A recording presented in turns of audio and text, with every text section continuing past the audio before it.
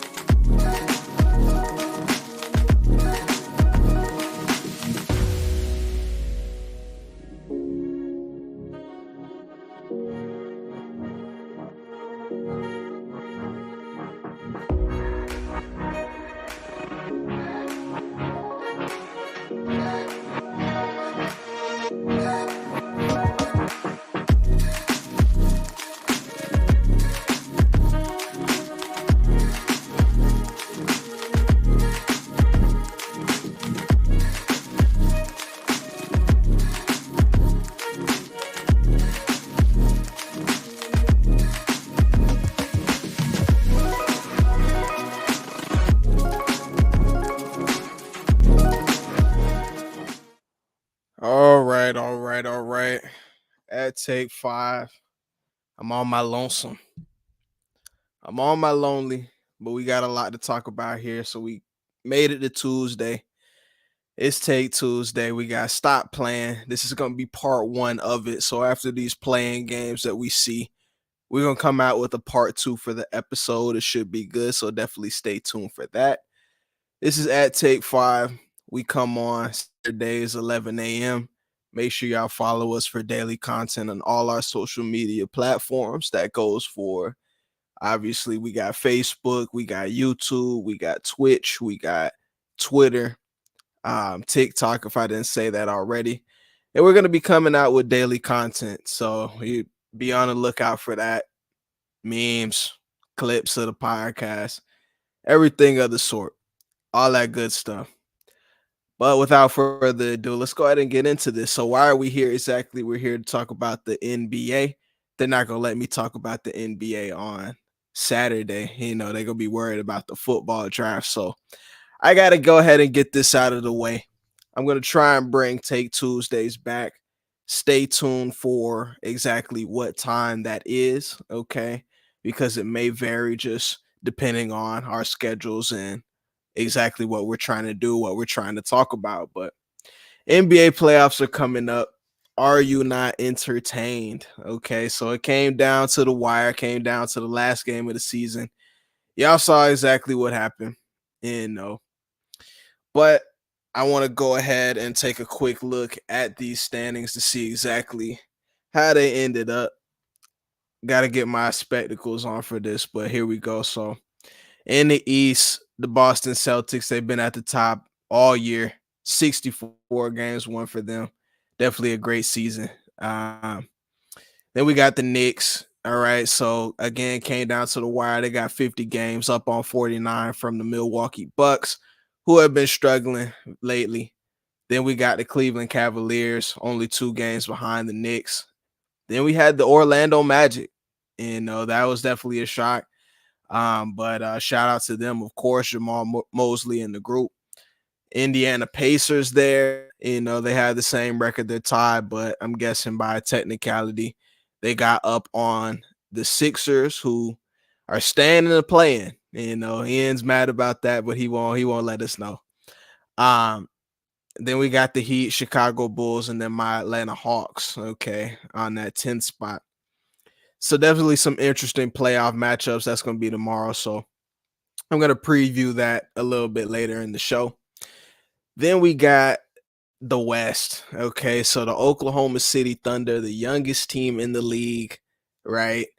Everybody's been boasting about them. So the youngest team in the league, 57 wins, led by SGA, Shea Gilgeous-Alexander, having an MVP caliber year.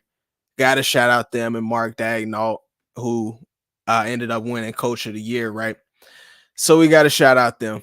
All right. So by technicality, they're up on the Denver Nuggets, and under the reigning champs, we got the Minnesota Timberwolves led by Ant-Man, Karl-Anthony Towns coming back, right? So then we got the Clippers, who managed to keep that 4 spot.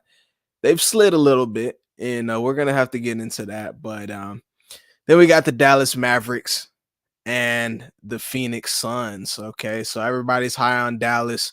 Suns managed to escape that play-in situation again by technicality. My Los Angeles Lakers, we had to take out the Pelicans to end the season, so they're going to be in that play-in situation with us. So yeah, we got the Pelicans there, led by Zion and the group. Then we got the LA Lakers, Sacramento Kings. They've had an up and down year. And definitely had an up and down year, but they managed to hold on to that ninth spot. And we have the Golden State Warriors, who we know have been everywhere this year. It's been a lot of different things going on with them. But let's go ahead and get into it. Let's go ahead and get into it. So I want to start at the top. We can start at the top for both conferences and just talk about the years that these top seeds have had. Boston Celtics, I can't say that many people were very surprised at the fact that they're the number 1 seed. I think what was shocking was the mandate that they have over the 1 seed. You know what I mean? They blew out everybody. I'm gonna just keep it frank. They blew out every single person that they played at least once, I'm sure. I'm not the biggest Joe Mazzulla fan. I've gone on the record in saying that, but it's undeniable what he's been able to do with the group. Adding in Porzingis, adding in Drew Holiday, losing a bunch of players from last year like the Marcus Smarts and what have you, and still being able to be that top seed, be the quote unquote best team in the league, right? Just talking about the Celtics and what they've done, it seems like guys like Jason Tatum and Jaylen Brown, they've kind of taken a step back. They definitely kind of taken a step back. But, here we go with Julian coming in right on time. Ju, with us? Hold on a second. With me, rather. Yeah, come on in here so we can hear some of that nonsense. I can't hear you. Now you can hear me? Can hear you now. Yep. How you doing, sir? Good. Just finished with my work stuff and ready to lock in for the night. Yeah, it's going to be some good basketball. Definitely some good basketball. It's that time of the year. What season we're in. But yeah, as I was saying, I'm just going to go down, 1 through 10 on both sides to start us off with. Just talk about the standings, how everything ended up, talk about surprises, what's happened, throughout the year. Okay. So I'm starting with the Boston Celtics. I was just going in and talking about how it seems like Jaylen Brown, Jason Tatum, they've kind of taken a step back in terms of overall, I'd say usage, production, whatever you want to call it. It seems like they've really been team oriented this year, not chasing any individual awards or anything of that nature. They've already been paid. We know how that goes, but it seems like they've been playing a team brand of basketball, and it's got them to the number 1 spot in the pretty much the league. So what'd you think about the Celtics season so far, and any surprises regarding that team? I agree with what you're saying about Tatum and Brown kind of taking a step back, but I think it's been a good step back. Like, obviously, they've had a lot of success this year. If we just look at their record, obviously by far the best team in the Eastern Conference, at least regular season team. What I'm looking forward to seeing, I don't know if there's any surprises about that because, they already had a great team. They added Porzingis, added Drew Holiday, obviously, so I thought they'd be pretty good this year. But I'm looking forward to seeing what they do in the playoffs this year to see if those new guys are gonna, contribute to actual playoff wins. Like they need to go to the finals, in my opinion. That's a lot of people's opinions. I mean, when you make that type of trade, you could go ahead and say, what is it? I think they at least have 4 all-stars or 4 guys that have been all-stars on that team. Yeah. So when you have a team like that, I won't go and call it a super team or whatever, but when you have a team like that, there's only one expectation, and that's to ultimately get out of that third round this year and get back to another finals. But yeah, I think great regular season. I think a lot of people expected that. What I did say was that they did. I don't know if everyone expected them to have the mandate that they have over all the other teams in the league in terms of just the point differential in which they've been smacking teams. Like that's been interesting to watch. Some people have speculated if they're actually one of the best teams ever, just due to that fact. But not knowing, we're gonna have to see how this is up for them. Definitely got to see how that playoff shakes out. Any predictions for them going into the postseason? I feel like I have to see the play-in before I make any set in stone takes, because I don't know who they're gonna match up with. I would say I don't want. If I was a Celtics fan, I wouldn't want to see the Heat again just because they beat them last year. And they should have smacked them last year too, and they let them back in that series. But I wouldn't want to see the Celtics. And honestly, I think they will beat the 76ers, but that sucks as a first round matchup to have to see Joel Embiid and Maxey and those guys. So I don't know. I think they'll have success though. It's time for Tatum to step up and be the guy. So they need to go, I'll say at least finals. At least finals. Finals or failure. Unfortunately, yeah. I mean, yeah. So I'm gonna have to agree with that last point. I've been on record saying that I don't even think they are going to get to the finals, right? But then at the end of the year, like parting seas, the East just completely opened up wide. There's no real threat to what the Celtics are doing right now in the East, in my opinion. You look at the New York Knicks, they're missing Julius Randle. I know OG Anunoby's been good for them. Brunson's been good all year. I don't see that as being a threat if they end up facing the Celtics. I don't see the Milwaukee Bucks with Giannis not 100% matching up with the Celtics. I don't see Cleveland matching up. I don't see Orlando matching up. Pacers, no. And when we start talking about that play-in situation, again, those teams are in the play-in for a reason.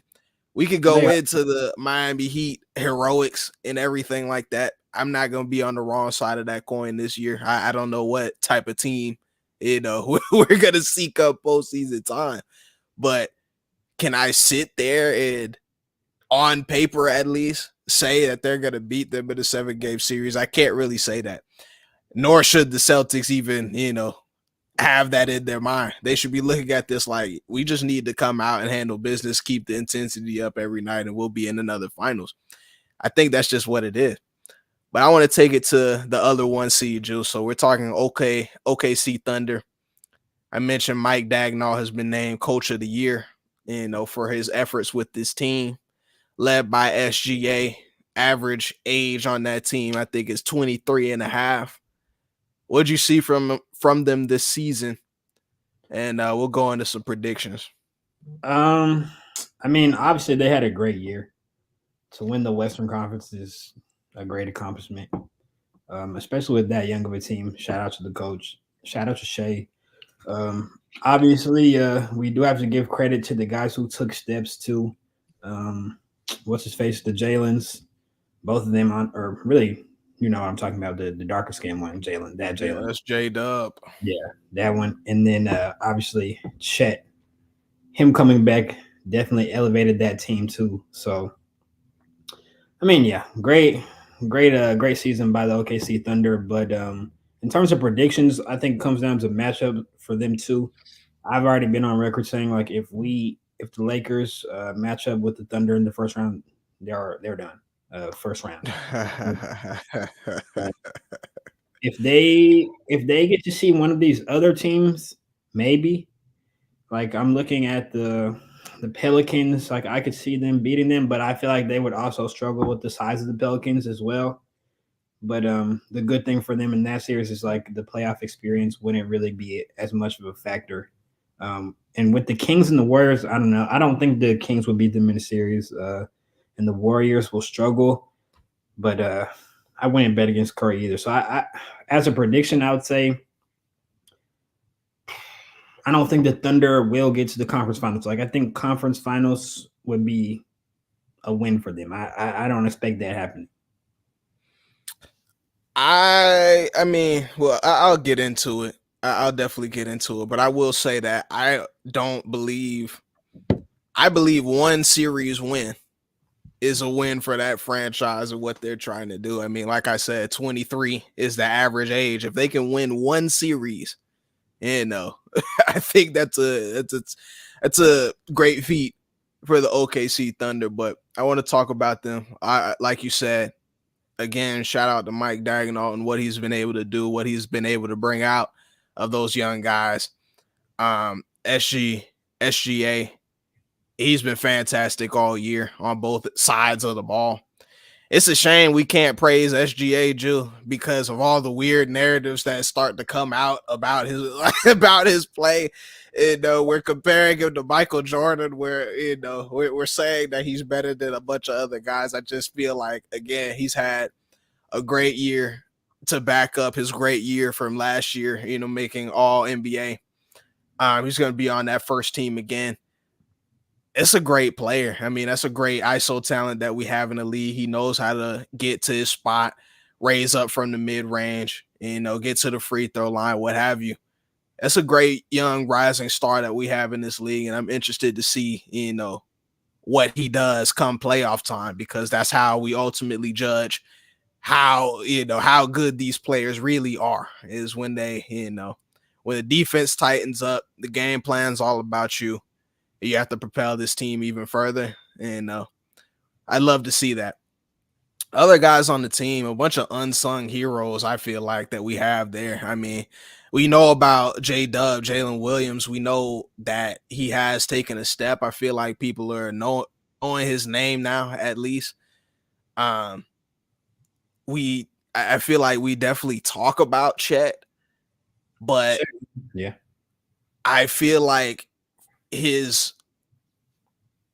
what he did this year was all time. Like, as a rookie, it was all time what he was able to accomplish. Efficiency, I'm talking about scoring on all three levels and being a rim protector, shot blocker, rebounder for that team.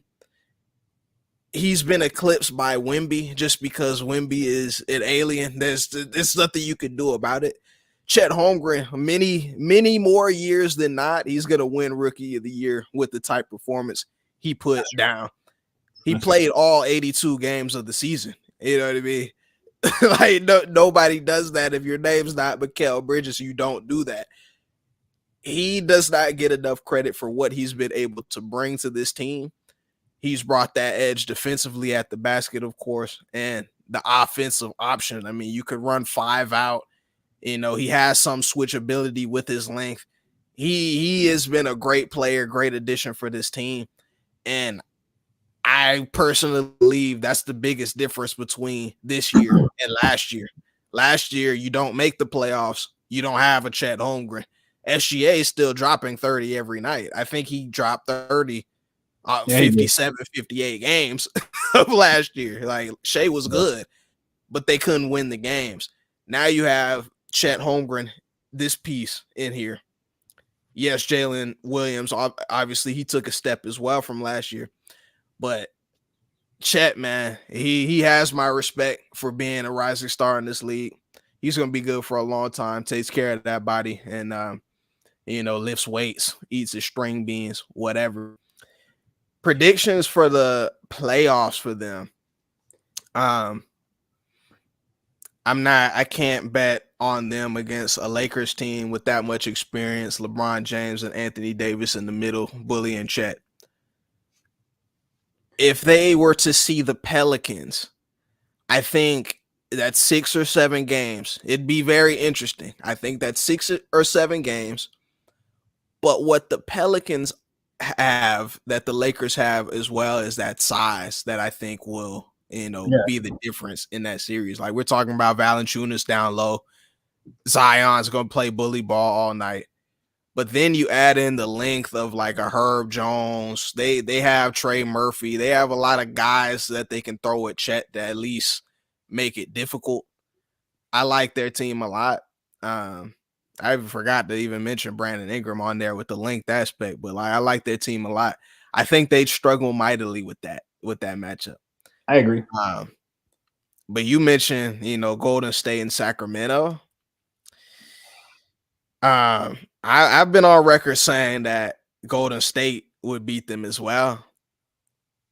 As time goes on, I'm starting to think that might be their most favorable matchup. I know they have the experience that none of these teams really have, but I don't see the overwhelming size that they can put out there if shots aren't falling. It wouldn't be the size that would win, obviously. It would definitely just be the experience factor.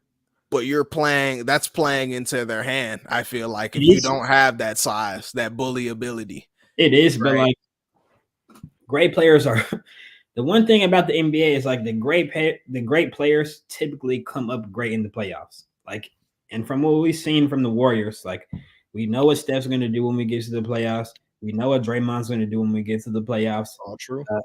Clay will rise to the occasion enough, I would say. Like he may not be the Clay of old, but I think that he'll play well. I don't think he's going to choke at least. He may not have a great game, but he's not scared at least. So I don't know. Never scared. But is he finna guard? He won't. Is he gonna? Not like he used to. But like then they added in guys like Chris Paul. Like I don't know. There's just a huge veteran presence on that team that will definitely matter in the playoffs. Like think about how many years they've had on that team. Like Curry, I'm knowing years, or the big three, 10 plus years together. Chris Paul, he's been in the league for 15 plus years. I am knowing playoff. But like, come on now. The Thunder, like I said, 23 is the average age in OKC. Who on the Thunder has like had any playoff experience? Like, have they at all? I don't think anyone like in that rotation. You could call. I mean, Gordon Hayward will play, but he's not an X factor or anything like that. Yeah. And I think they got Bismack Biyombo somewhere deep on the bench. Like, that's about it. So getting their first taste of the playoffs. I don't know. I mean, again, you can say that about every team in the West has, starting players with veteran experience. They do. Yeah. But let me take it to the Kings though, real fast. The Kings, Sabonis is bully ball. That's not he bullies AD every time he sees him. That's not something that I feel Chet wants to see or deal with. No. You've got at least De'Aaron Fox. You've got, I believe, Davion Mitchell, and there's one other Ellis. I'm blanking on his name. I think Keon Ellis, I believe. On the perimeter. They're going to bother their perimeter guys as much as they can. They're fast and they can play whatever style of, whatever tempo OKC wants to throw at them. They have a good coach too. I don't know if they beat them in the 7-game series, but it's interesting. It's just tough. They're calling them the worst or the weakest 1 seed of all time. So I just don't know. I just think that's circumstance. Like, if Houston was down there for whatever reason, I think they'd beat them. But yeah, absolutely. It's just tough. It's definitely just tough. Yeah. Let's talk about 2 seeds. All right. So we got the Knicks making the cut and Denver Nuggets. All right. Speak on who you want to. let's just address the Nuggets because I think that one won't take as long. I would say the Nuggets are definitely the number one team in the league. I don't know if you're going to agree on that, but I mean, just the starting five itself. I'm pretty sure they brought that back from last year. They're proven. They're dominant. I would say they could. Why would you say that though? They are Dominant. They're They're dominant. dominant Yeah, dominant. by doing what? Winning. Winning what? What won? Winning games. Okay. What And else? they won the championship last year, so we have to give them the credit for being the reigning champs, the defending champs. But like the team itself, like, come on, bro. So Joker- OKC's been dominant this year. They've been a dominant regular season team. It's just not the same as the Nuggets. Okay. All right. But yeah, the Nuggets, bro, I'm nervous because we already spoke on it. Like, I don't want the Lakers to lose a game. Like, that would be foolish. We don't want to leave it up to one game versus Steph Curry or one game versus the Kings, who typically beat us. That's foolish. We want to give ourselves a chance in a 7-game series. But if I'm being realistic, I don't think we're going to beat the Nuggets. I don't think we have a good shot against the Nuggets even. Like, honestly. Like, that team is a bad matchup for us, number one. And, like, they've been beating us for too long. Like, it's getting psychological, I feel like, for the players. Like, we haven't experienced a singular win versus them in, like, 2 calendar years, that's unacceptable. Like, it's unacceptable. So, if I'm going to make a prediction about the Nuggets, I wouldn't be surprised to see the Nuggets back in the finals this year, honestly. And, anything can happen when you get into those finals, but to get there, I'll be surprised if they didn't get there, honestly. This is a part of the podcast where it becomes evident that Julie and I are not built the same. Right? We're not built the same at all. Listen, I understand the recency of it all. Okay. So the Denver Nuggets are the reigning champions of the league. Okay. So we start talking about best teams out there, what have you. It's not like they fell off any bit, right? They beat Boston when they see them. They beat everybody else, and they should have won. But Wembanyama had something to say. All right. He had something to say about that. All right, let me get your take though, because I heard today that they actually threw that game versus the Spurs, just so they, didn't have to see, so they didn't have to see, like in LA or something like that. I don't know. Like, I'm just telling you what I heard. Like, I'm just saying. I just feel like if you're the Nuggets, like I'm a Lakers fan. If you're the Nuggets, why wouldn't you want to see the Lakers? Like, we don't beat them. Yeah, but I mean, let's not act like it's not a daunting task. I get the sweep and everything, but like, it's not easy. It's not like they blew us out. It's not easy. I won't say they blew us out every game, but I just don't think that we're going to beat them in a 7-game series. Like, that's okay. The best team. The best team usually wins a 7-game series. Like, very rarely do you see a fluke series. Like, there's so many games to be played. The best team will typically come out on top. Like, I think they're a better team than us. Yeah. Like, I don't, this better team thing. They've proven, that they're a good team, whatever. It's not the same team as last year. Let that be known. We don't have the same team as last year. Let's let that also be known. Let me say this, because I don't want to get too deep into it. I want to give the credit to the Nuggets where it's due. But I'm holding my hat on one thing, Julian. All right, so they asked LeBron after that Pelicans win. They asked him, sweat coming down, whatever. He just got through finishing the game. All right. He said, I feel a lot better than I did last year around this time. I feel like he says that all the time, though. Like, but Julia, he had to get surgery in the summer for the foot. Like, he was dealing with the foot injury at the time. All right. I understand. I'm just saying. To count out LeBron James is suicide. That's not something that you do. That's don't do that. True. Okay, that's typically true. but he's now facing a player who's better than him. Like the other guy is better than him right now. He's better. He's better, Morgan. He's a better right now. Dude, Right now, Joker's not better than him. do you know what LeBron did in that series? No, like I'm not answering your question just yet, but I just want to make sure you know exactly what LeBron did in that series at 38. He played well, and especially in the last game, he played very well. Okay, He still lost. Like I understand. No, I definitely understand it all. I'm just saying individually. Individually, the other guy's a better player. The other Yeah. guy is an offensive juggernaut. Like he's similar to LeBron, but he dominates out of the post, and it's just like it's crazy, bro. There's nothing that we could do to stop him. We threw everything at him. We threw different matchups at him. We threw AD at him. We threw AD in the paint hovering at him. It didn't help. Like nothing.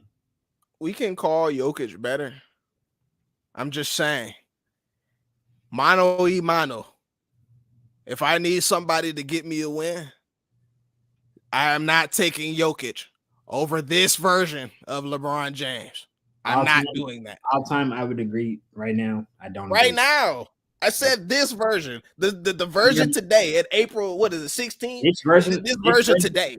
This version of LeBron is in the play-in with Anthony Davis playing the whole season. Like I don't know, bro. I don't know. Jamal Murray standing on that. Jamal Murray. I'm standing on that. Two in the West. Like I don't know. I am standing on that. Anywho, let's talk about the Denver Nuggets real quick. Mike Malone, another successful season. Very good job done by him. What surprised me about this year was the fact that they were able to bring in new bench pieces that most of us don't really even know about and utilize them to their fullest extent. That's the sign of having good coaching, a good system, a good culture that you got built in Denver. So interested to see how they play come playoff time. But let's talk about the Knicks, though. Tom Thibodeau's team, he was up for coach of the year. It's just tough with them. I had very high hopes of what they could do come postseason time. Whatever, you think about a Julius Randle, he's an all NBA, all-star. He's a performer, and I know Brunson's been good.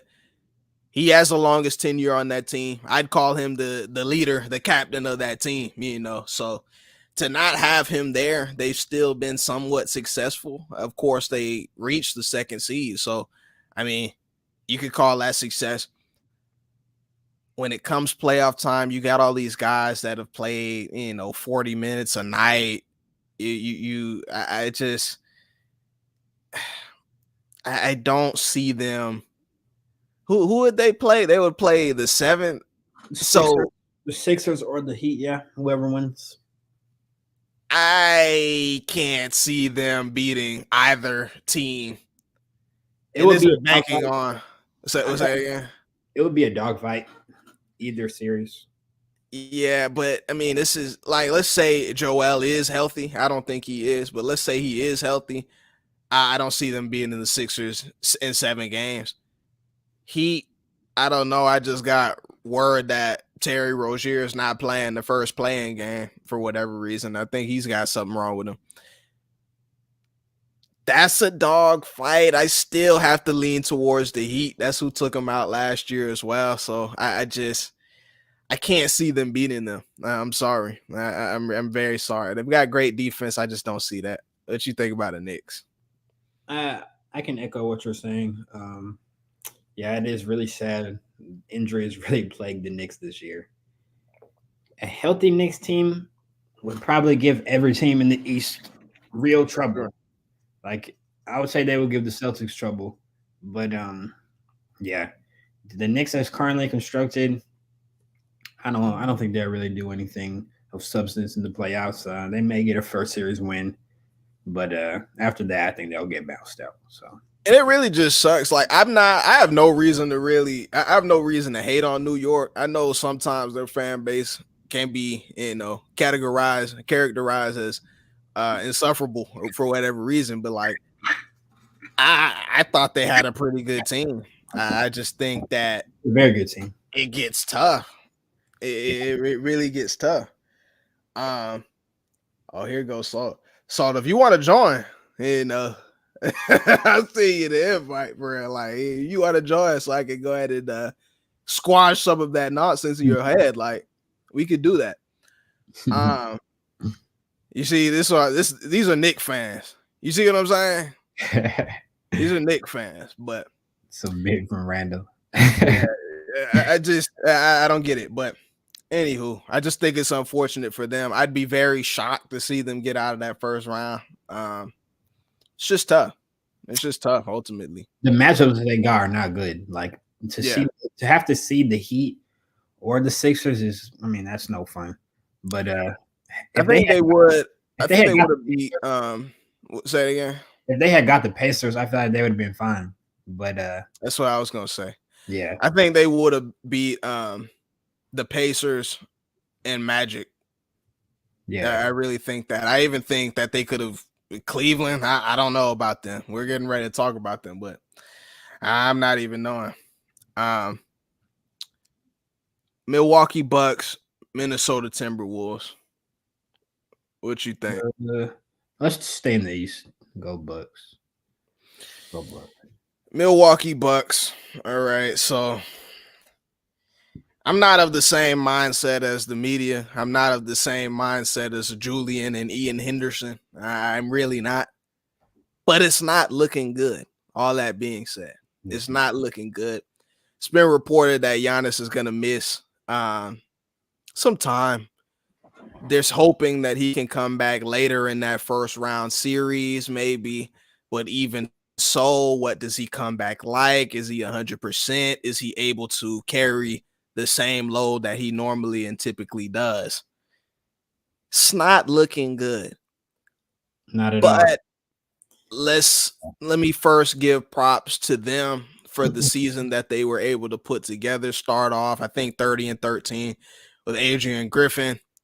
So a lot of people, disagree with the idea of bringing Doc Rivers in. I'm of the mindset, even though he has struggled, he is a Hall of Fame coach, right? He has the ability to make the tough decisions when it matters. He has wins. He's more proven than an Adrian Griffin. So if you want to make a long playoff run, even though Griffin had success, Doc Rivers still gives you a better shot. That being said, you bring him in the middle of a season, so it's not exactly the same as, apples and oranges here. So he's kind of had to undo some things and bring his own philosophy, his own schemes in, as well as that. The defense has been much better. Hasn't exactly translated in wins, but defense has been much better. End of the season, rocky, right? But let's talk about their chances. So you still have Damian Lillard, Chris Middleton, Brooke Lopez, Bobby Portis, Pat Connaughton's over there. They got Pat Beverly over there. They still have enough to win games in the playoffs, in my opinion. Like, I don't think we can just say Giannis is an excuse for them not to get swept by an Indiana team or something like that, right? They match up. I'm counting on Damian Lillard. He's been up and down all year, but he still had a pretty season, in terms of just, anybody really. He's had a pretty good year. I'm counting on Damian Lillard to give me at least a game, all right? At least a game. They're saying Giannis will come back later in the series. I'm counting on Dame to give me at least a game. He should be able to do that. We know his body. That's how I feel about it. What you think? I mean, you know me. I'm really not a big believer in Damian Lillard. I've been on record saying I don't think he's a superstar. I do think he's a great player, but he's just not. I don't know. I don't think he's you know what I say? You have to be able to lead a team to a championship, and I don't think that he's that. Minus a few exceptions, but yeah, I don't think he's that guy. So we'll see what he can do with the Bucks in this playoffs. The Bucks are in grave danger. I'm not gonna lie. Like, the Bucks are in grave danger. I think they're gonna lose. I'll go ahead and say that. I think they're going to lose to the Pacers in the first round. And if not, they'll definitely lose in the next round because I don't think that Giannis is going to play. I really don't. I feel like, we saw it with the KD back in, 2019, 2020, when he got hurt and he got the calf injury in the playoffs. Uh-huh. And he tried to come back and boom, Achilles pops. I looked at the Giannis injury the other night, and it was like it looked like an Achilles pop. Like as someone who was torn their Achilles, I was like, oh no, like that's very bad. And he made it out with a calf strain, luckily, but that's not an injury that you want to rush back from. Because one wrong step and the Achilles can go, which would be a travesty for the Bucks franchise. So That's what we're all worried about. But okay, let's say because they've got home court advantage, right? They do. So I believe so, yeah. So let's say you split the games at home. Okay. Series tied 1-1. Go to Indiana. Let's say you drop a game down 2-1. And Giannis may make a return. Like, let's just say it's 80% Giannis. Let's just say it's that. And he's able to finish games, but it's 80% of them. Still like the Pacers? I like the Pacers in the series. Number one, the Bucks have been far too inconsistent since they had the coaching move. And they lose to the Pacers with Giannis playing. So without him, I don't think it's going to be good, especially if they're already down when Giannis reinserts himself. I don't know. I don't know what that's going to look like. So, yeah, I think that's a good point. That is a point that needs to be made. However, because of that fact, it becomes bigger than basketball. Oh, no, absolutely. This is why we get our popcorn. We sit in front of the television sets and we watch the game. Okay. I told you about Halliburton in that in-season tournament. Dame said that there'd be days like this. I agreed with Dame, and I thought he was going to get his get back. But after watching the season unfold, I don't know. Like, this is the time to get your get back when it matters the most. It is. Beasley too. Beasley said, "Listen, when we see these guys in the playoffs, it's not going to be pretty." That's what he said. All right. So again, it's bigger than basketball. They know people are counting them out because they don't have their top dog, right? If Dame's in the right headspace, I don't see why not. If he can give me a game, Giannis come back, maybe game 3, something like that. I'm still gonna go with the Bucks, but that's only if Giannis is able to come back at an 80%. That's the only caveat I have about it. I still got the Bucks. I think Giannis will want to play badly because of what happened just in last year's playoffs. Like, he missed the first few games. I think he came back at the end and they still got beat. But I don't think he wants to repeat that. Like, no way he wants to be out 2 playoffs in a row because of his injuries. I'll be shocked, actually. But I don't know. The injury is so dangerous or so risky. You can't, as a team, you can't rush your star player back with an injury like that. Like, it's really not worth it, in my opinion. So it's going to be tough. It's definitely worth it, though. It's definitely worth it. It's going to be tough. It is if they win, but imagine they rush him back and lose and he gets hurt like that. That's just like, that would be crazy. And like, we don't know what Damian, like, imagine Giannis gets hurt. What does Damian Lillard do? Does he play next season with the Bucks? That's the thing. He doesn't play at all. Then, we already are reported that, of course, he's not happy, this, that, and the other. Like, yeah, he didn't want to. We know he didn't want to go there in the first place. Yeah. So, yeah, an injury would definitely. I think that would push Damian Lillard elsewhere. I don't know if he would still go to the Heat. I would be shocked if they traded him to the Heat. But nah, that wouldn't happen. Yeah, I don't think so. Nah. Minnesota Timberwolves. Big shout out to them. Chris Finch's team. Ant-Man. Karl Anthony Towns had a hell of a year as well, right? People are saying that Rudy Gobert is there's another depoy waiting for him after this year. A lot of people have him on the ballot. Great defensive year from him, protecting the rim. The T-Wolves, man. The T-Wolves. They have had one of the top defenses throughout the year. I'm sure that was a little bit different with Cat being out, but they've had one of the top defenses in the year. We know that defense wins games, wins championships, what have you. Yeah. So they're the 3, and they'd see Phoenix. What you got? What you think about that matchup? This one, I feel like this is one of the toughest series to predict in the whole playoffs. Because, we have a team with great defense and an ascending star versus a team of well-established stars, I would say, and very good on offense. So that's going to be a huge clash. Like, I don't know what's going to win out. Like, will the great defense win out, or will the skilled prowess of KD and Booker and even Bradley Beal win out? I don't know, bro. Like, it's a tough series to predict for me. I think my X factor is going to be different than most people's, actually. We come on take 5 because, again, like, we have takes that most people would not have. Kevin Durant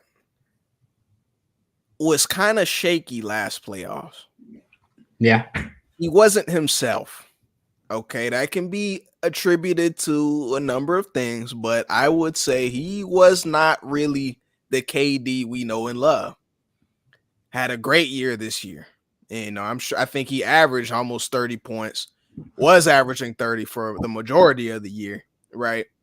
I think he played over 75 games of the season, and he's 30 something. I don't know what he is. Maybe 30. Is that old? Maybe 4 or 6. I think 6, maybe. I don't know. But he's an old head at this point. He's the OG. If Kevin Durant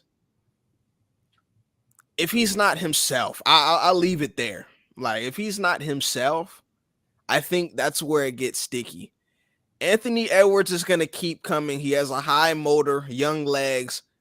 I don't really believe anybody on the Suns perimeter is going to stop him. I feel like that though, it's really on Ant-Man. Like, Ant-Man has to be aggressive in this series for them to win. If he's not great, I don't think they're going to beat the Suns. I really don't. I mean, but that goes without saying. I just, like, we know great though Ant-Man's mentality though. You know what I mean? He has a great mentality, and usually he approaches the game the right way. But the game that I saw some of the game the other day, and I don't know. I didn't see that. I don't know what they were doing, but I don't know. I was confused. I mean, he just got through dropping 50, a couple weeks ago, if not like a week and a half ago, something like that. Less than a week ago. Yeah. Yeah, like, Ant-Man is here. He's here to stay. We know him well.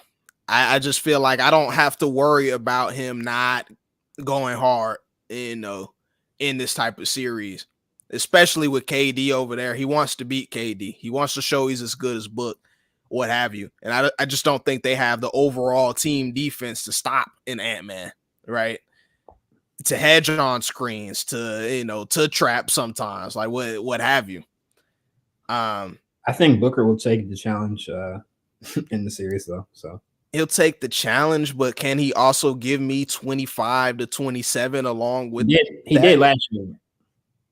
He sure did, but he didn't have to give the ball to Beal. He didn't, He did. I don't know.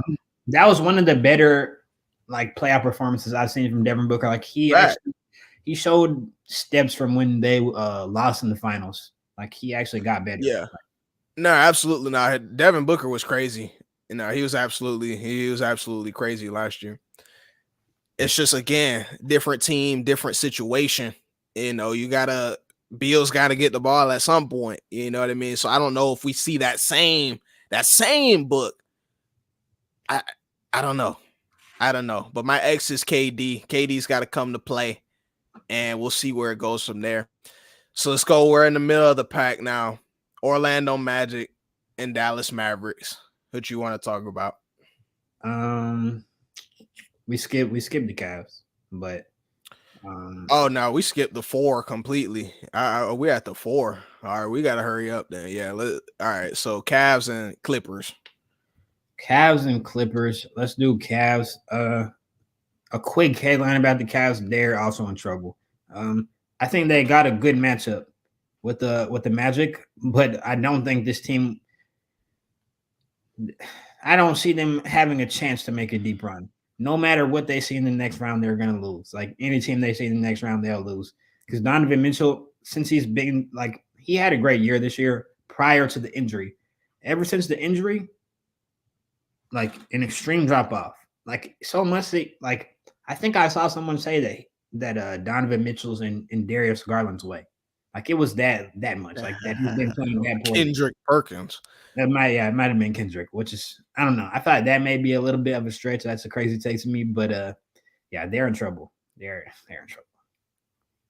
Cleveland Cavaliers, we have to shout out JB Bickerstaff and his crew. I somewhat believe that 4 seed could be strategic in a way. Okay, obviously, yes, they lost games. I'm sure they shouldn't have lost, but you did have that Donovan Mitchell injury. But we're talking about a team that wasn't with Darius Garland or Evan Mobley for a large chunk of the season, and they're still right up there in the fight. So we have to give credit where credit is due. You mentioned Donovan Mitchell. Donovan Mitchell, like you said, was great before injury, come back. I think he had several injuries, actually. I think he had something with the face. You know, I think it was something lower body, if I'm not mistaken. I don't remember. Yeah, so it was just kind of tough for him to, I guess, really get his rhythm back before the end of the year. I'm a Donovan Mitchell fan. I've been on record in saying that. We know that. Great players make great plays, especially in the big moments. You think he didn't hear all the noise about last year? Man, you think that he didn't take that to heart that some people are saying, you know, this, that, and the other? Huh? It's not just noise from last year. This is the whole career. He needs to nut up. Whole career. That's just from you, and that's nonsense. But anywho, no, that is nonsense. I'm not going to sit here for that. So he needs 2 years, and then we start with all of these narratives that never existed before. It's fine though. I'm with the recency. Like it's the NBA. Like I'm with all of that. I get it. But Donovan Mitchell, he's going to show exactly why he is a superstar in this league. Yes, I said superstar when it comes to the playoff situation. Just as we're saying it's wide open for a team like the Celtics, the floodgates have also opened for the Cleveland Cavaliers. All right. I don't know. I need my glasses for this. So if Cleveland were to beat the Magic, they play the winner of the Celtics and GG. It's over with. They play the winner of the Celtics and the A seed. Yeah, it's done. With that being said, though, I'm personally not knowing if it goes that far. They'll beat the Magic, though, and the Magic are a very good team. We'll talk about them. They better beat the Magic. Yeah. I mean, they definitely better, but I don't think it's personally, I don't think it's a Donovan Mitchell thing. I believe he's going to come to play.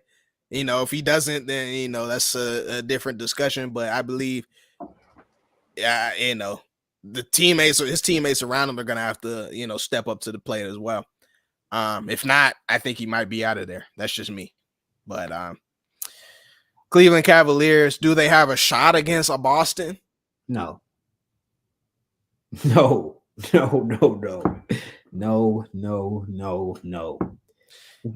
lose in the first round, still no. Like, no. But you know, that's a crazy statement. But what you have to get is, first of all, it's a matchup thing. And second of all, Joe Mazzulla is at the helm. All right. No. No. It'd be tougher than I think we're putting on right now. That's all I'll say about it. It's Let's gonna go to the take Clippers. okay. Real quick though. For the Celtics to go out, it would take a Herculean effort from somebody beating them. So it's gonna take a Jimmy Butler and a Caleb Martin like last year. Like it's gonna take something like that to beat the Celtics this year. The roster construction is too good. Like that's too good of a roster for them to get bounced, especially by a team like the Cavs, who they're not. I don't think they're built for playoff success because their guards are little. Like I don't know. Their wings are big and their guards are little. Like I just don't like the way the team's constructed. I don't see them having I success. think you're underestimating them just because we haven't seen a real peak from the Cavs. I'm hoping this is it. No, it's not. I'm hoping that by the time they get to a second round, they will know who they are, know how to utilize their pieces. Donovan Mitchell will be in his rhythm, ready to play, what have you. They have a good team. They have a pretty good roster of guys. I just think they were green last year. I mean, now they have that playoff experience under their belt. I can't give them an excuse of, oh, it's the Celtics. You're gonna get swept or something like that. I need 6 or 7 games to where it's like, okay, this Celtics, they're just better team, whatever. We gotta regroup, rebuff, see what we can do next year. But I don't think that's some type of cake, some type of cakewalk for the Celtics. No, I don't believe that at all. They'll get dog walked in that series. But anyways, we can go ahead and congratulate Cleveland on a great season. Congratulate the Cavs. It's a great season. It's just wild. Like I just don't like. What's the golf clap? Like what is that? It's a great season. We had to clap it up for them.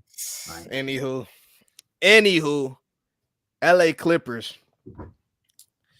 I think you started the last time, so I'll go at it with this because again, this might get a little thrown as we get into it, but we'll try and we'll try and keep it kosher.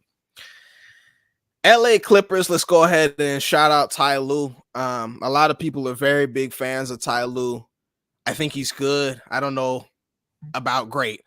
That's just me. That's just me. I'm no analytical expert. I haven't been in no professional locker room, what have you. That's just me from what I've seen, how I consume the game. That's just what I think. He's a good coach. You make the move for James Harden in the middle of the year, pretty much towards the beginning of the year. He comes in, you all look like a great team. You all look contenders. People are calling you the threat to the Denver Nuggets. They're calling you the guys. Okay. Since then, I think it was maybe like a 20-game flurry, something like that. Since then, you get to the All-Star break. Things have not been the same. Russ went down for a little bit. I think Kawhi was I think it was Kawhi that was in and out just a bit. I'm talking, around the All-Star break. I think Paul George has had his fair share of things to deal with. That's going to happen with these players on this team. I understand it. The concern lies with recently. All right. So since March 31st, Kawhi Leonard has not played. All right. We remember last year, it was something very similar. He tried to come back into the playoffs and was only able to play, I believe it was maybe 1.5 games, maybe 2 games, Probably 2 games. whatever. That's more concerning than any injury, any other player with an injury or something ailing them coming into the postseason. This is more concerning than any of that, in my opinion. Kawhi Leonard, we know his body and we know it well. All right. He's not been blessed with durability. That's just the fact of the matter. They need him. They need him badly to beat a Dallas Mavericks team. The Mavericks have been hot.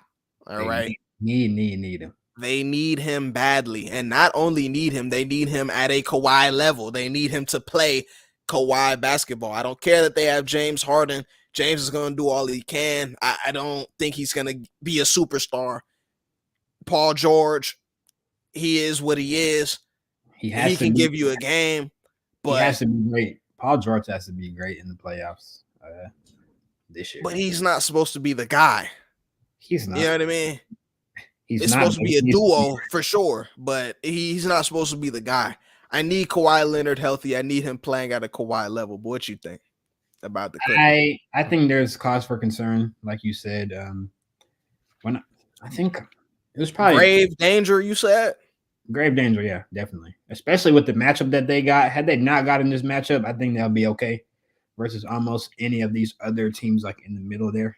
But to get the Mavericks, I mean, you and me specifically on the pod have been talking about like what the Mavs did at the All-Star break was big, at the trade deadline, excuse me, was really big. Like they really buffed that roster out. But I don't know, man. I don't know who's going to win. I would say I'm going to go Clippers because I think if Kawhi plays, I saw Chris Broussard or whatever say that he may not play. But if Kawhi plays all the games and he's healthy, they'll be okay. He's the best player in that series, in my opinion. You know how I feel about Kawhi in the playoffs. Like he's one of the best playoff performers of all time, like undoubtedly. So So Kawhi is better than Luka,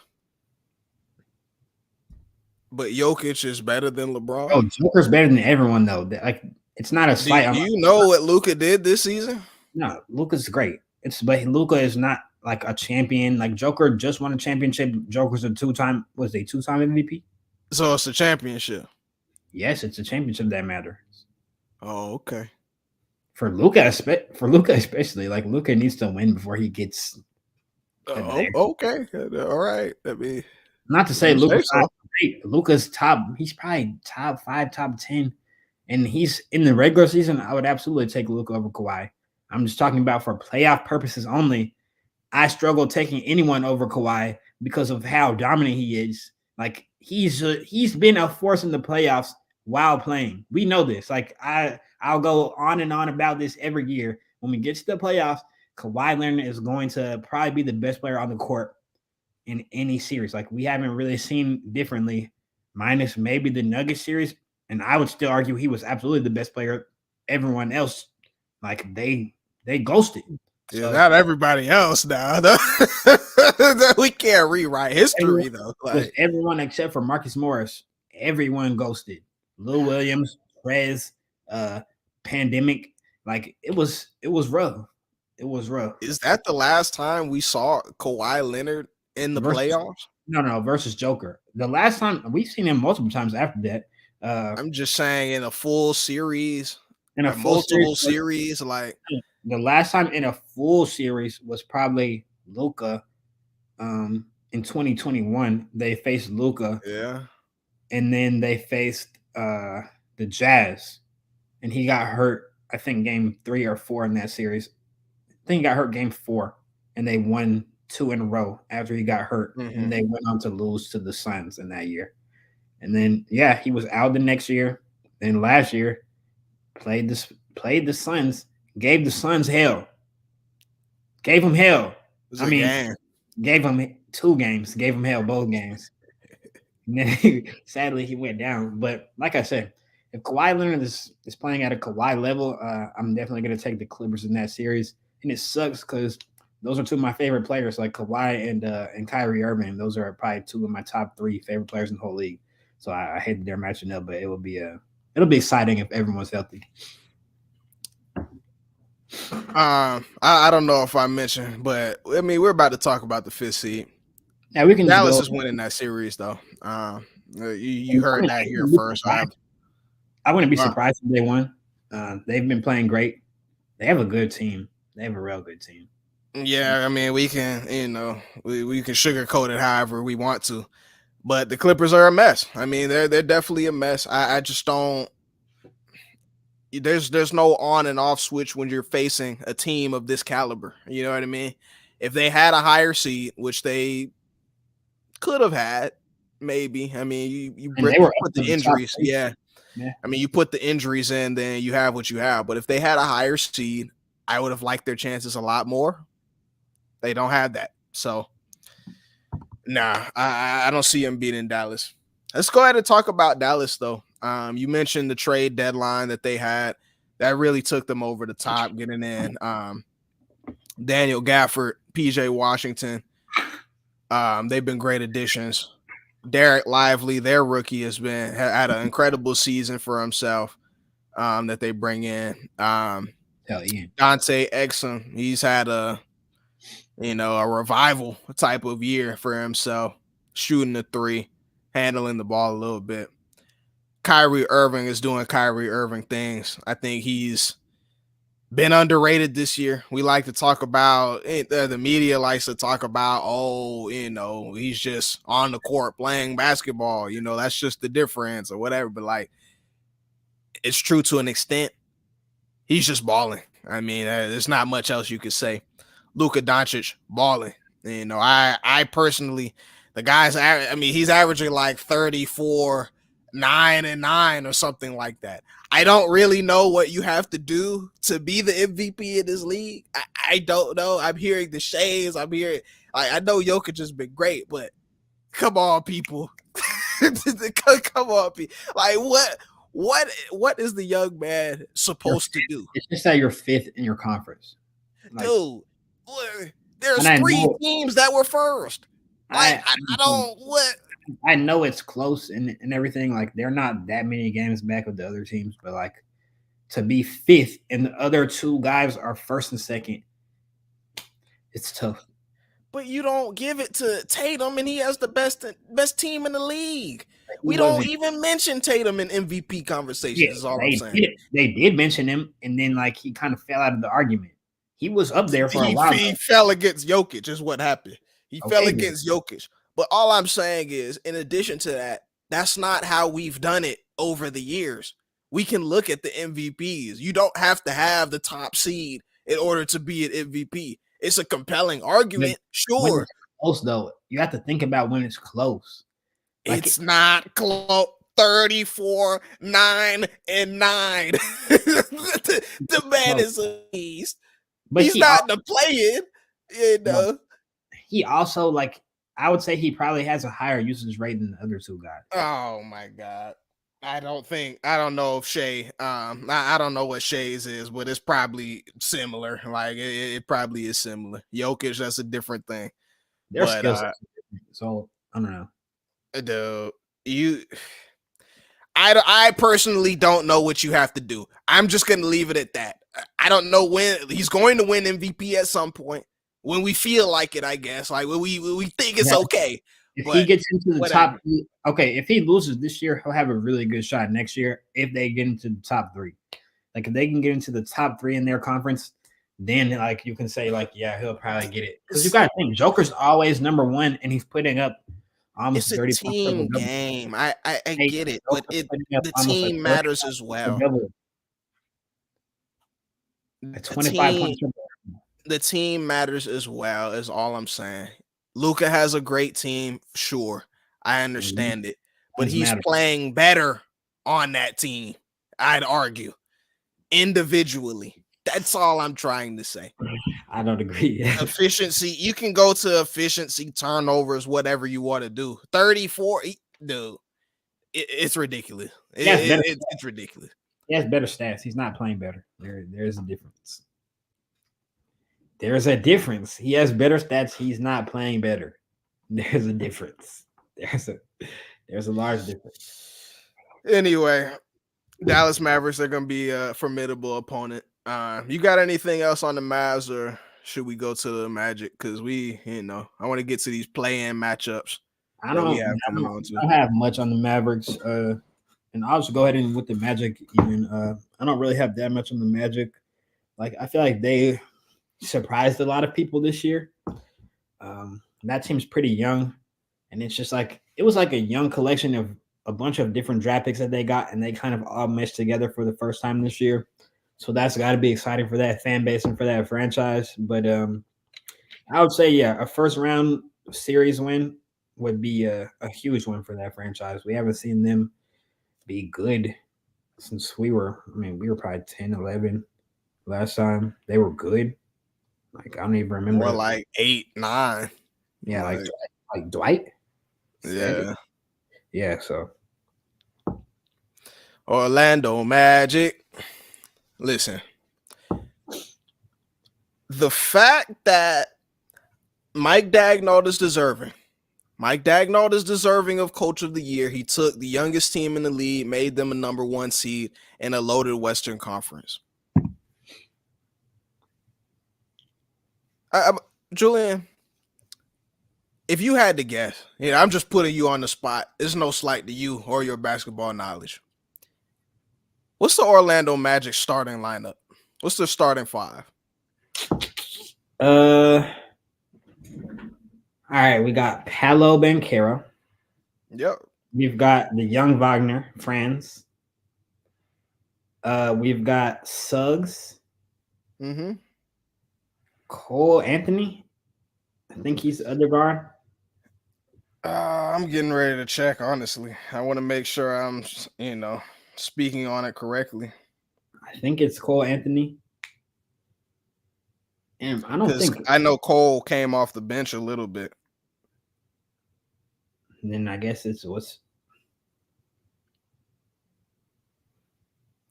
Anywho. Who is it? Who's the other guard? So the game they just beat the Bucks, they played Anthony Black, their rookie, at the 2. Jalen Suggs, Goga Batadze, at the 5. Franz Wagner, Paolo Banchero. Okay. Batadze's played a lot of 5 this year. I'd be interested to see how much he's started this year because Wendell's been out. Right. But that's my point that I'm trying to make here. No, I get you. Yeah. Talent-wise, that team does not compare to the young OKC Thunder in my eyes. No. Talent top to bottom, I don't really think they compare.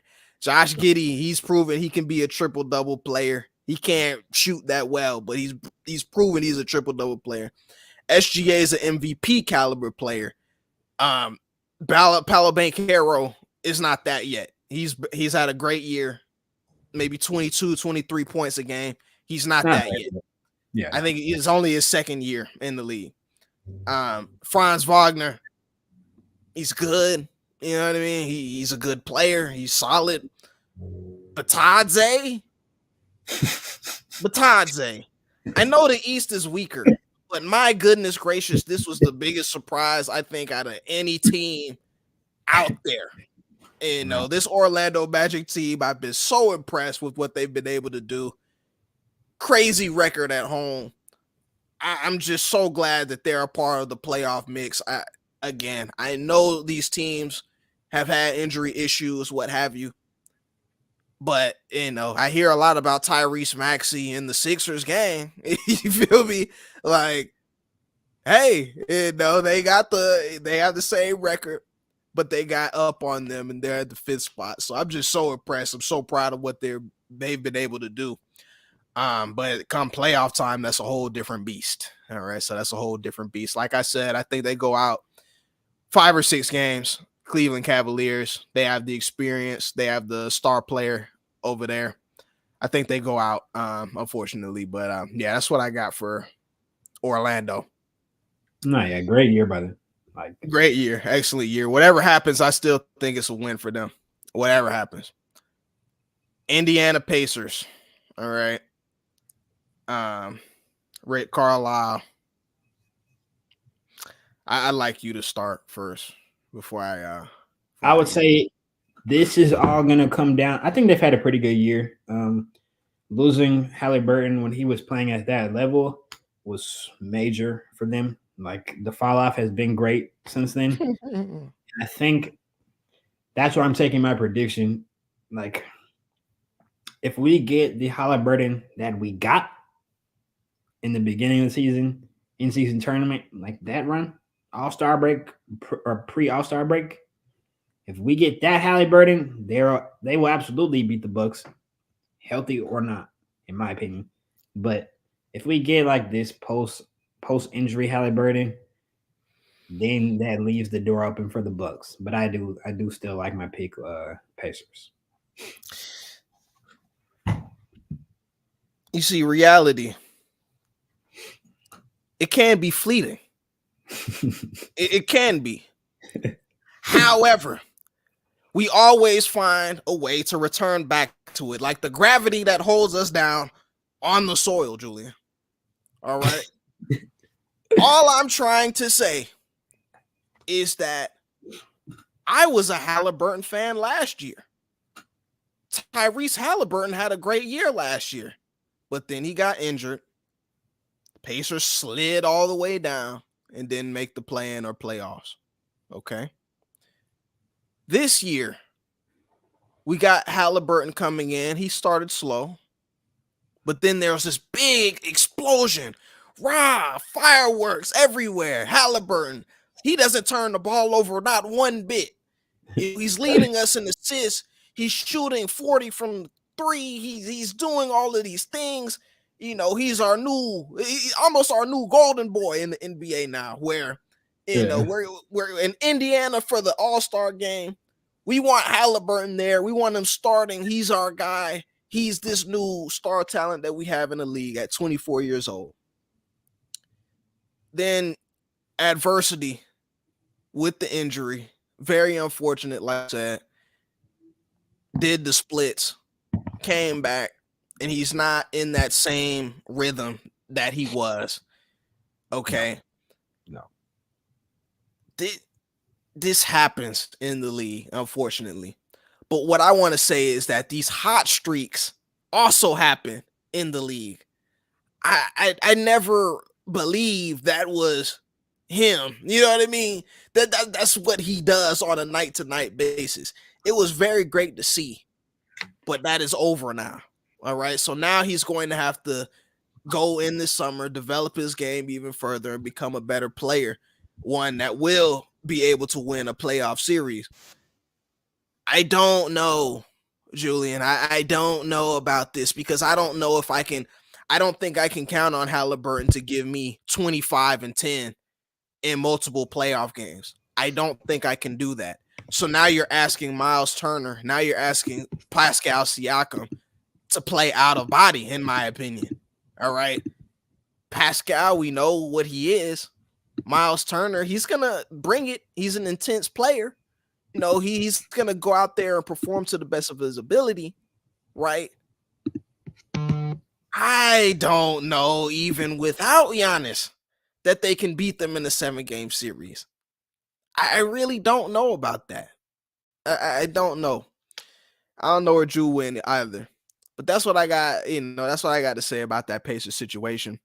We go over to the West with the Phoenix Suns. They've been up and down all year. A lot of people were a big three. We have a big three in Arizona now, right? You know, we got Brad Beal coming over. I wanted people to pump the brakes on that. All year, I wanted them to pump their brakes on that.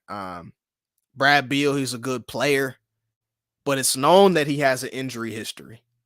You know what I mean? That's a known thing that comes along with Brad Beal. So when you see him go down multiple times, it's not something that's, I'd say, surprising that happens. And when that does happen, you lose games because you don't have a point guard or shooting guard. You lose games because of that, right? So now you have a Phoenix Suns team, Devin Booker, he's in and out the lineup, so things can be shaky. That happens. But it's playoff time now. All right, it's playoff time now. They managed to get that 6th seed by a technicality.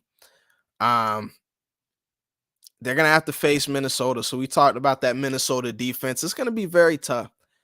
And like I mentioned, I need Kevin Durant to be Kevin Durant in order for them to get this thing done.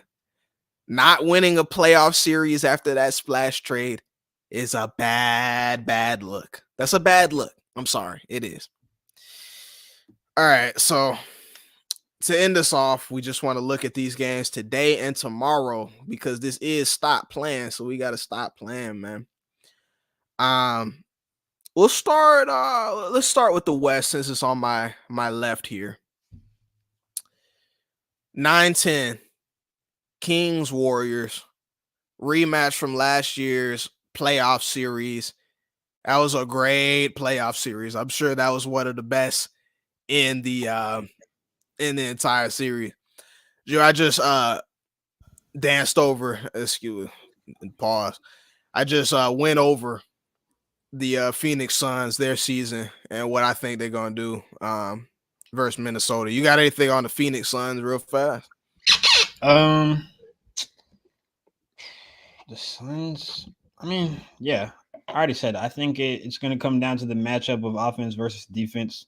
I feel like if they can find a way to make that offense work, it will be a tough out for the Timberwolves. But yeah, the Suns should expect to win the series. They need to win this series.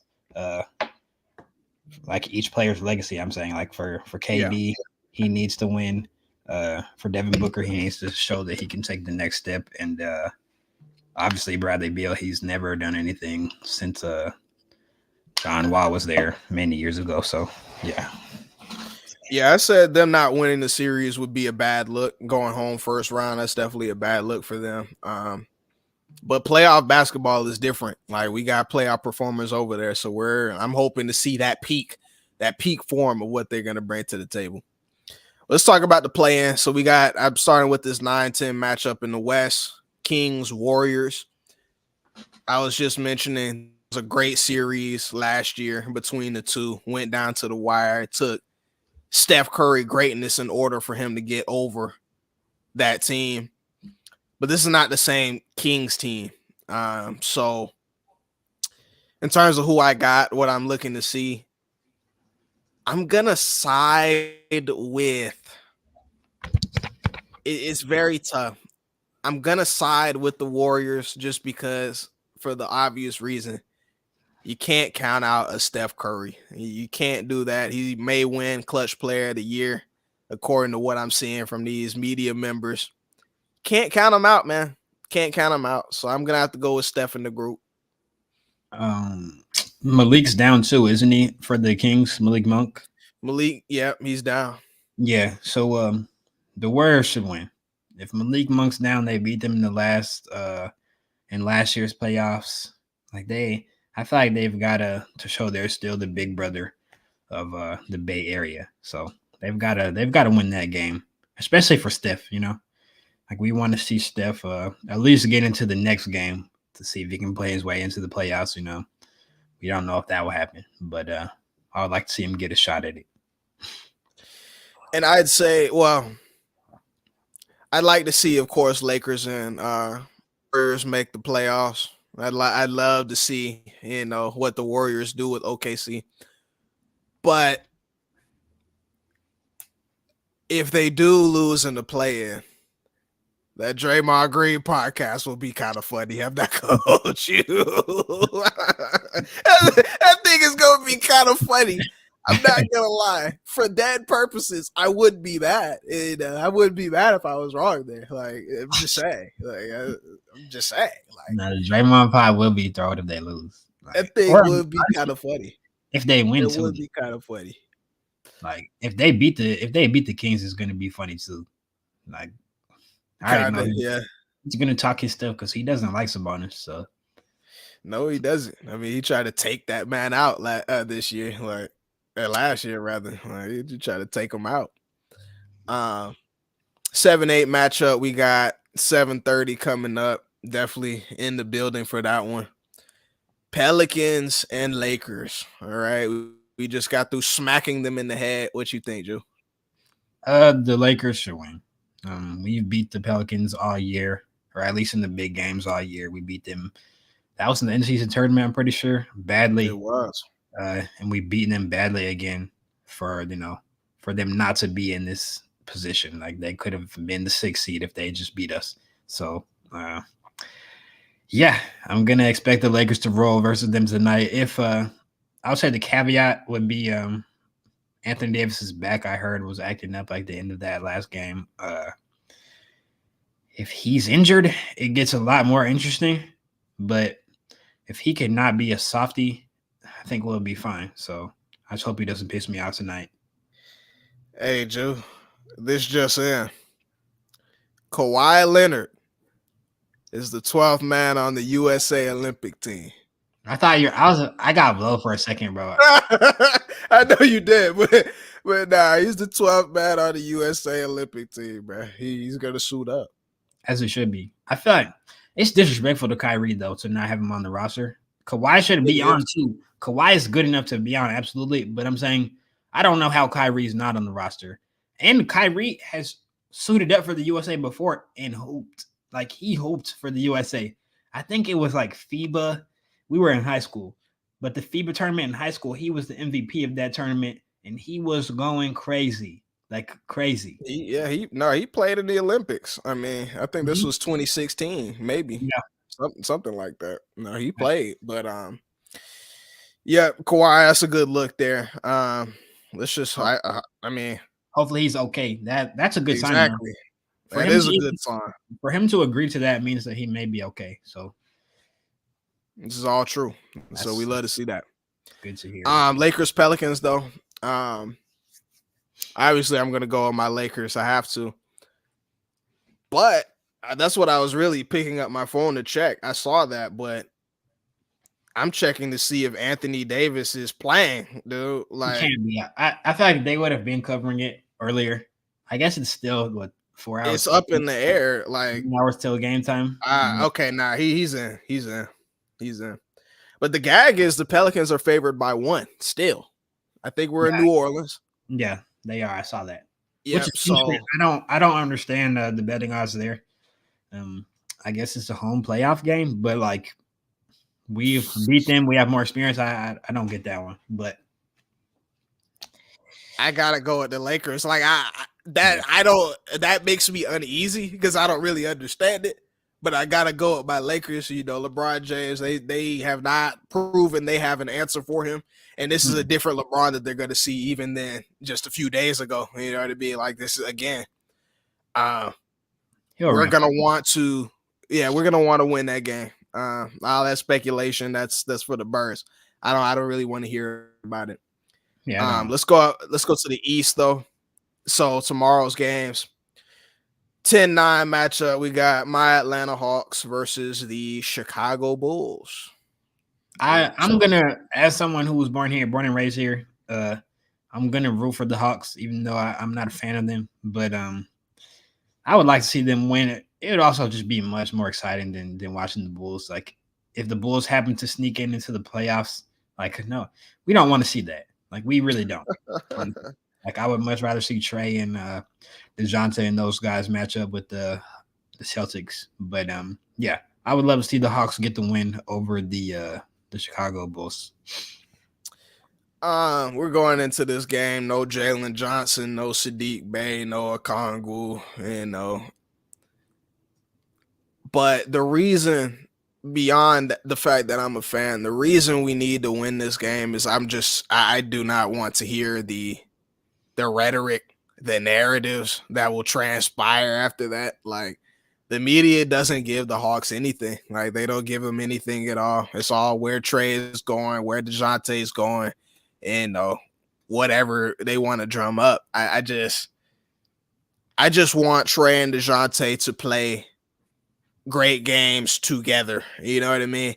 I want it to be like they're both scoring. They're both combining for 60, maybe 70 points or something like that, win or lose. I just want to see that, them mesh together so we don't have to go into this offseason worrying about, outside noise and that sort of thing. There will be noise, but not, if we get a win, a nice resounding win, I can be fine with whatever the outcome is next. I mean, we're going to have to win 2 games to get out the play-in. That's just going to be tough, especially without our guys. So I'm hoping to beat the Bulls. I want to see that. I think we can. I think we're more than capable. So we just have to do it. I do think the Hawks, if they get this first win, will have a puncher's chance to get into the playoffs. Like both of those teams, the 76ers and Heat, will be at least vulnerable. Like the 76ers not being healthy all year. And yeah, the Heat, if they don't have Terry Rozier in that game, it gets more interesting. I don't know if I would take you guys over them, or I personally wouldn't. But it would definitely be an interesting matchup. So I want the Hawks to win just so I can have something to be excited about because I don't think the Bulls are going to beat either of those teams. Yeah. So yeah. Again, I want it to happen, but it's a daunting task. Like I don't know.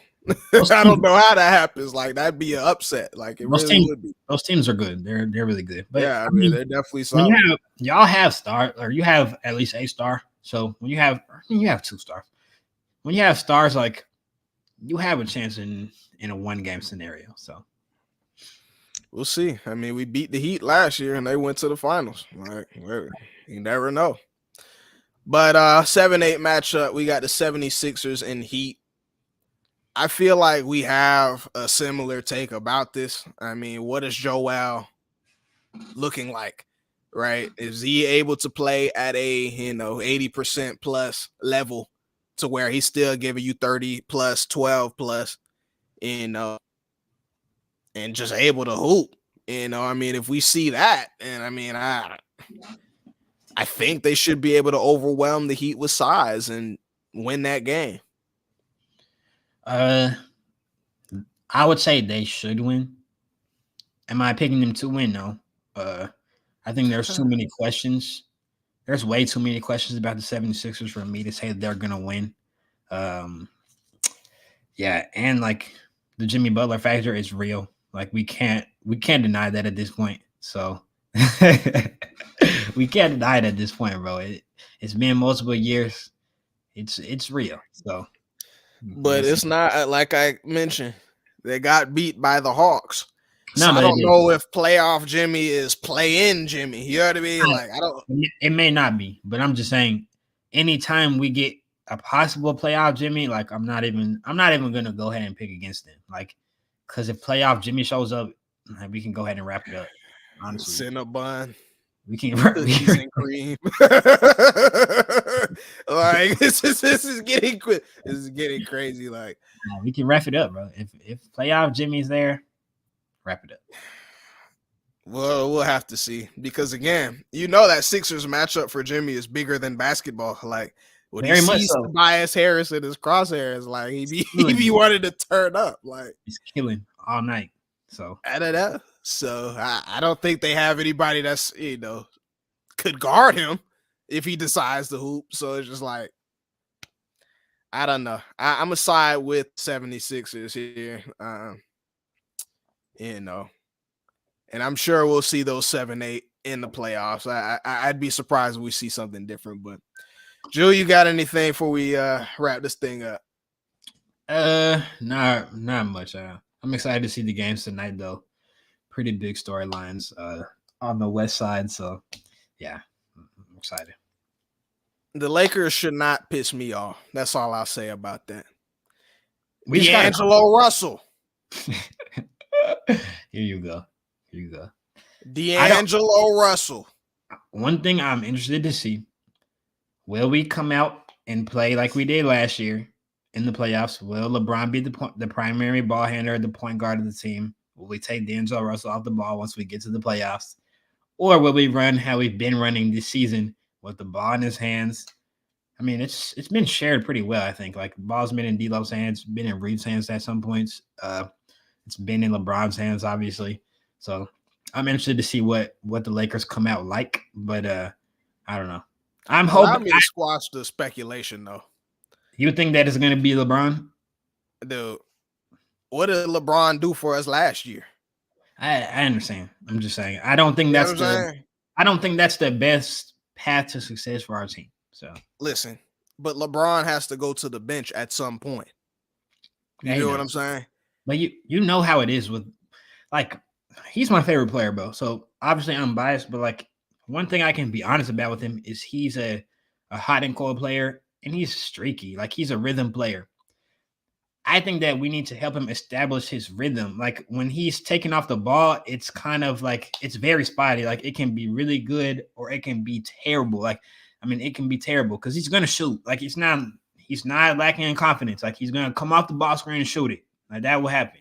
So if he does that and he misses twice and they snatch him, and then he gets put back in, turns it over. Like, like you gotta. I feel like we've got to let him, establish a little bit of rhythm, and I think that he will play well. I really do. It's pretty big from you. It's pretty big from you. You definitely had to look into that beer one time. I definitely respect it to an extent. To an extent. There's no excuse not to make jump shots, though. I mean, that's just this is the game we play. He's a floor spreader. He has to make his jump shots. I'm more interested to see how he does on the defensive end. And this is not just for this game. I don't know if he's gonna get a unfavorable matchup to where somebody's cooking him or very aggressive to it. The Pelicans aren't that team. But moving forward, can we leave him on the floor because he's able to hold his own defensively? Other stuff will come. Can he hold his own defensively? That goes for Austin Reeves too as well. But we'll see. We'll see. Vanderbilt's done, right? He's not going to play. To my knowledge, he's done. I don't know what's wrong with him. That sucks. It definitely does, but we have guys. I mean, we definitely have guys. There's no excuse. We still got to get it done. Still got to get it done. At Take 5 Pod, man. Again, stop playing part 1. Go get another one going in. After these playing games, we'll see what's up with it. Make sure y'all follow us on all social media content: Facebook, YouTube, Twitch, Twitter. Twitter, TikTok, if I didn't say that already. And we will see y'all next week. Go Lakers. Yes, sir.